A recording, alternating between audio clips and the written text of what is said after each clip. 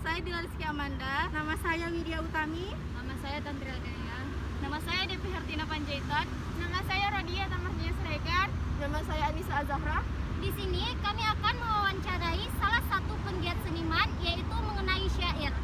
Untuk mengetahui lebih lanjut, mari kita simak video berikut ini. You got me, baby, I got your back. Looking at you, thinking about all of the ways that you know me. I can't get enough. We got the future burning the past, good and the bad, making it last. We are what I want and I want what I already got. When you come through the room, I know that you know if you fall, I will be there. Let's light up like the moon. Yeah, we take it off. Baik, di sini sudah ada Bapak Ibnu, yang mana Bapak Ibnu ini merupakan penggiat seni, begitu Pak? Ya, benar.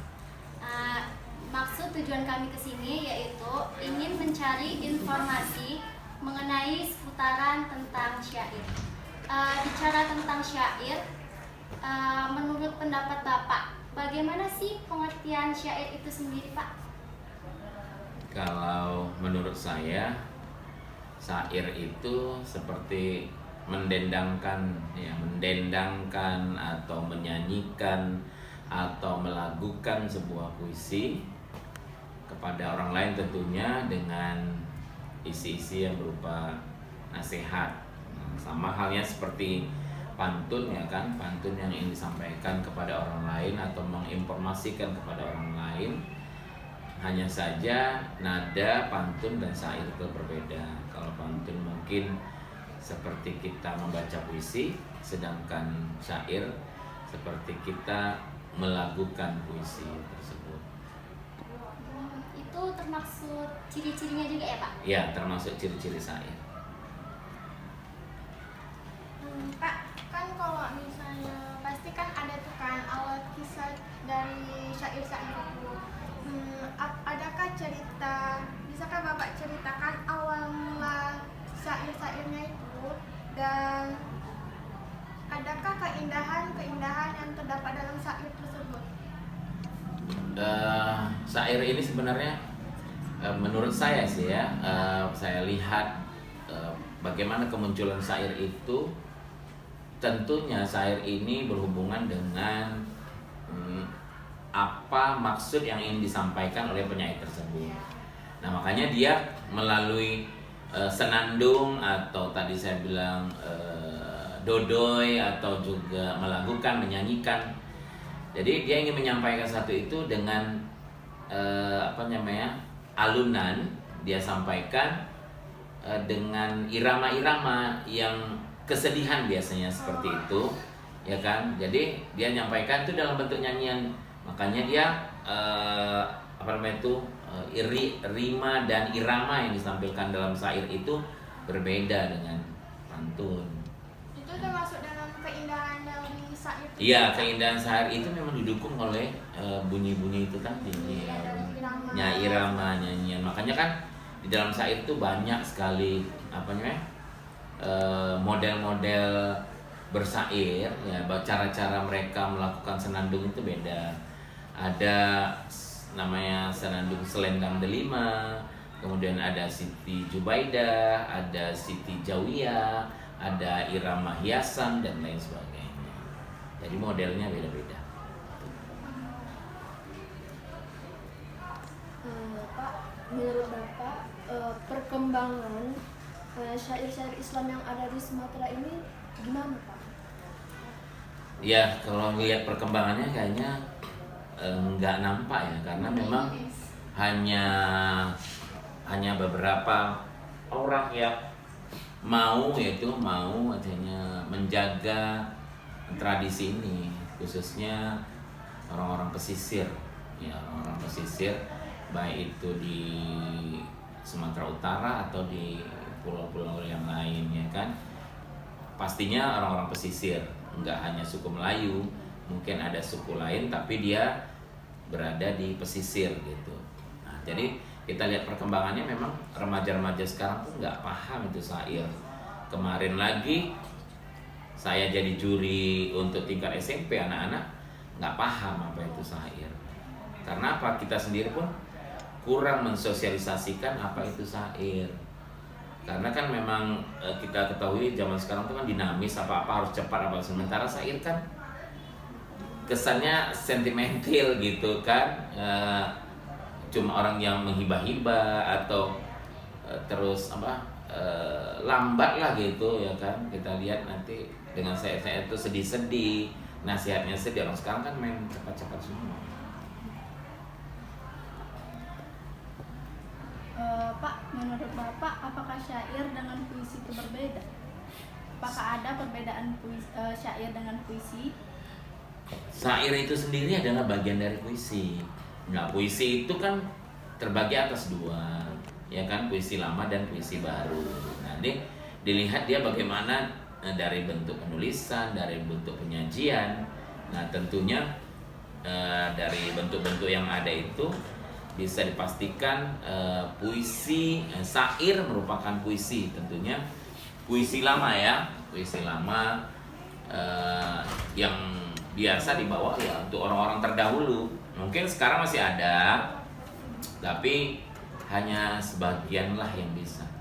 Mungkin di kecamatan cuma saya kayaknya, satu kecamatan ini, dan keluarga lah yang tentunya yang bisa, yang masih menjaga tradisi itu. Apa saja contoh-contoh syair Islam itu, Pak? Contoh-contoh syair Islam itu biasa disajikan oleh karya-karya Hamzah Pansuri, ya kan.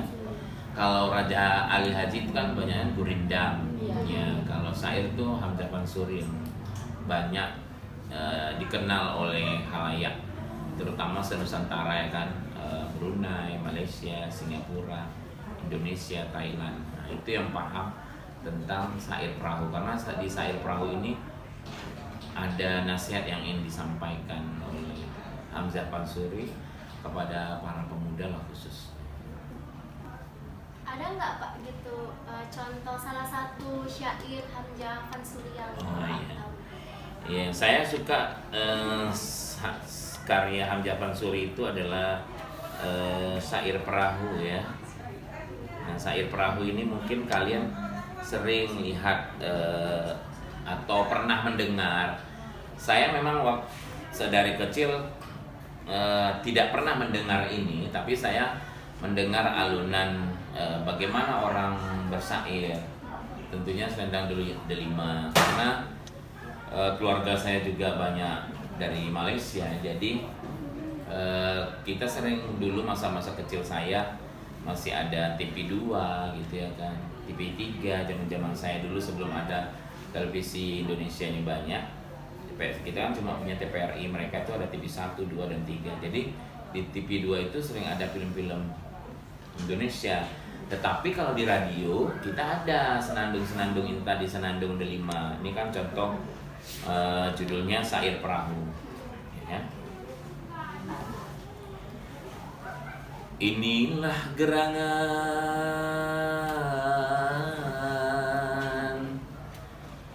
suatu madang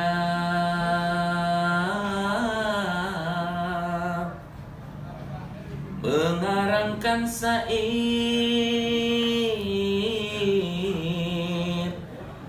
terlalu indah,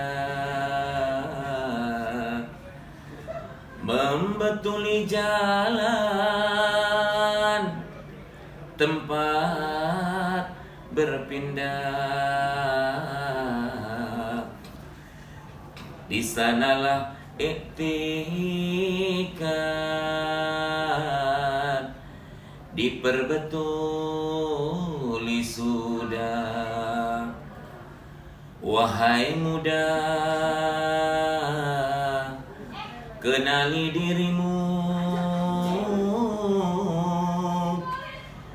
ialah perahu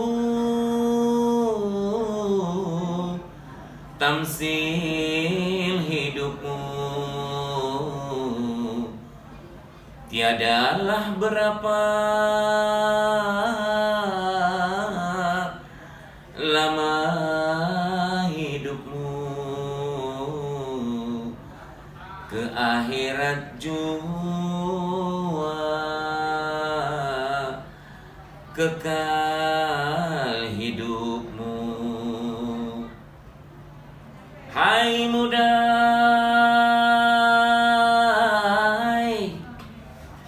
arif budiman, hasilkan kemudi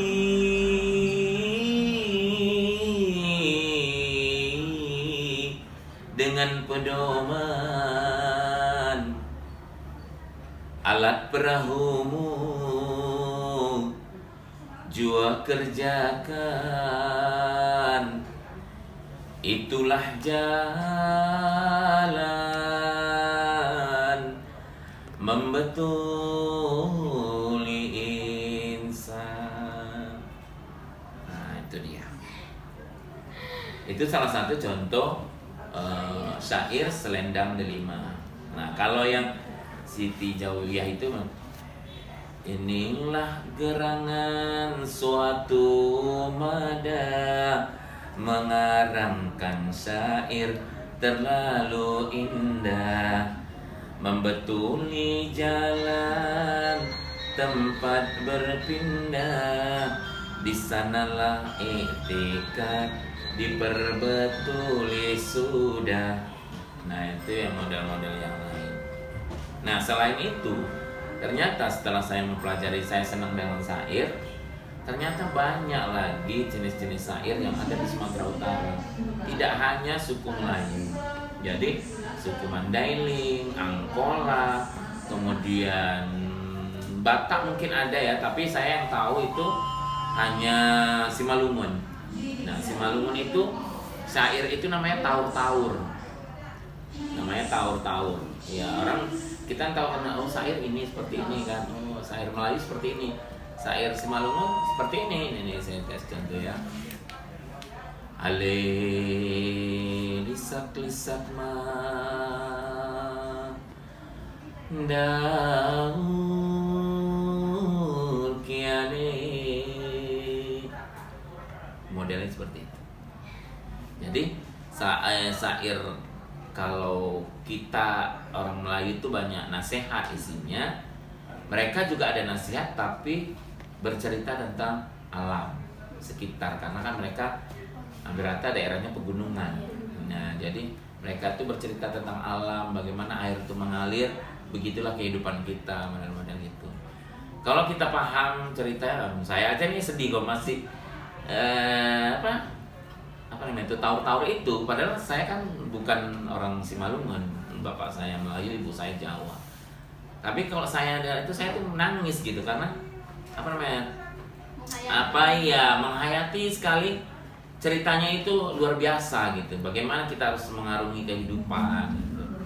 Nah, seperti itulah mungkin orang-orang tua dulu berdendang atau bersenandung, maksud hatinya seperti itu. Selanjutnya Pak, bagaimana menurut pandangan Bapak terhadap syair di era globalisasi? Nah, kalau di era globalisasi mungkin syair harus dilestarikan ya. Seperti kita orang-orang bahasa kan punya semboyan tentang untuk mengutamakan bahasa Indonesia, melestarikan bahasa daerah dan menguasai bahasa asing. Ya kan? Jadi bagaimana cara kita biar syair ini tetap ada?